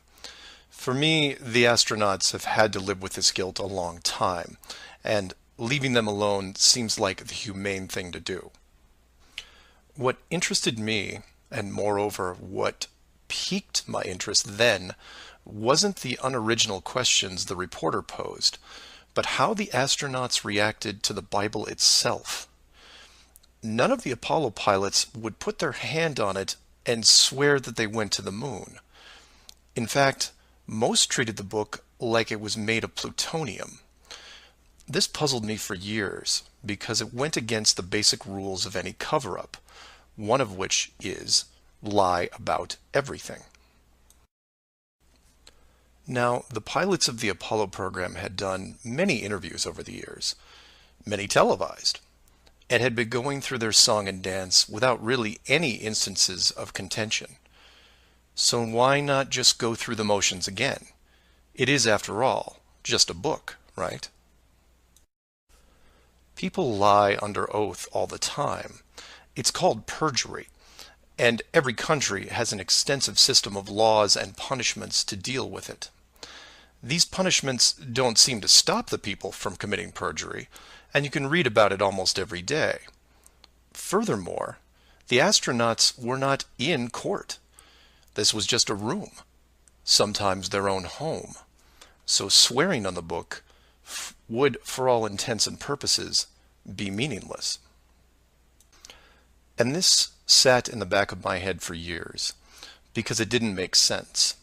Why would astronauts, trained by a very large military science program, be afraid of just putting their hand on the book and just tell one more lie? Well, for them, it may have been more than just a book. It may have been a symbol of something much bigger. You see, for you, me, and almost everyone else, a holy book is a symbol of faith, because the creator or creators have yet to be revealed. But if you knew that the creators were real, then the book becomes something much more tangible, more relevant, more sobering. Or more to the point, the Apollo astronauts would have been let in on the enclosed system during their tenure with NASA, and over the decades, this system created certain truths for these men, one of which is, someone could be watching. Now, whether the builders/creators are actually watching every little thing we do can be debated, but if you have proof that they are real, then the thought of your every move being scrutinized is a very real possibility. This is what you and I may suspect, but don't feel. The Apollo pilots, however, are a different story. If they were shown how the world really looked, then their attitude towards the book takes on a whole new meaning. In fact, it didn't have to even be a Bible. It could have been an encyclopedia or a piece of wood, because it was the idea that made them pause. And if you're still not getting it, then I'll ask you directly. If you actually saw some of the creators' handiwork and knew that there was a chance you were being watched, and there was a scorecard involved, would you swear against that and lie about something? Would you roll those dice and take the chance? Or to put it another way, everyone has gotten frustrated about something, then looked up and cursed the sky. Would you still do that if you knew that a creator was up there and possibly listening? That's just one example of how knowledge of the enclosed system changes people. The astronauts didn't want to roll the dice and lie because there was a real fear of retribution. And while they were confident that a bolt of lightning wasn't going to strike them down, they also weren't going to push their luck. And we all take on the same approach in daily life. Everyone who drives has run a stoplight. We know when we see the yellow light that it's too far away, so we hit the gas and hope for the best, especially if the traffic is light and we aren't putting anyone in danger. But you take that very same intersection and put a red light camera on it, well, then things change, don't they? Do you hit the gas and roll the dice? Not a chance. You hit the brakes and hope that you can stop in time because you are being watched. You may not be a model driver by any sense of the word, but you understand this rule and this place, and you don't break it. And this one aspect is why I'm pushing so hard to see the enclosed system revealed. Because as a civilization, we seem to be only as good as what we can get away with. This isn't an issue with freedom, it's an issue with doing the right thing. You know that running red lights is a bad idea. The camera is a reminder of that. Imagine all the things that would change for the better if the enclosed system was revealed. Would you lie to hurt someone? Would you rob a bank, commit fraud, or embezzle? Would you steal anything unless your life depended on it? And while people would still get angry and fight, would they maim each other? Would they kill? Would anyone knowingly commit murder? Would you bully or extort people for profit? In fact, knowing that the world was created, would you do anything malicious towards anyone? If the world is not a globe, but instead enclosed, then wars end. Hate crimes end. Maybe not overnight, but quickly. Because you may be, for the first time in your life, actually accountable for your actions. You realize now that you are a very real soul in this enclosed system, and you have a responsibility towards your fellow man, one that can be boiled down into one simple rule: treat others better than you treat yourself. This is why it's so important to show the world as it really is. This is why I am asking the authority itself to open the door and let this secret come through. You've kept this hidden for too long, and the people who live here with you have been through enough. This isn't about money or power anymore. It's about our very souls, the essence of who we are. Wealth and titles don't define your heart. Hiding the entire world may have seemed like a good idea at the time, but we have gone way beyond that. Have you actually seen our home recently? This needs to be fixed, and it needs to be now. The people won't forget the deception, but they will forgive you for it, because a truth like this will make them more noble, something we should have been since the beginning. So do your own research, and always, always ask questions.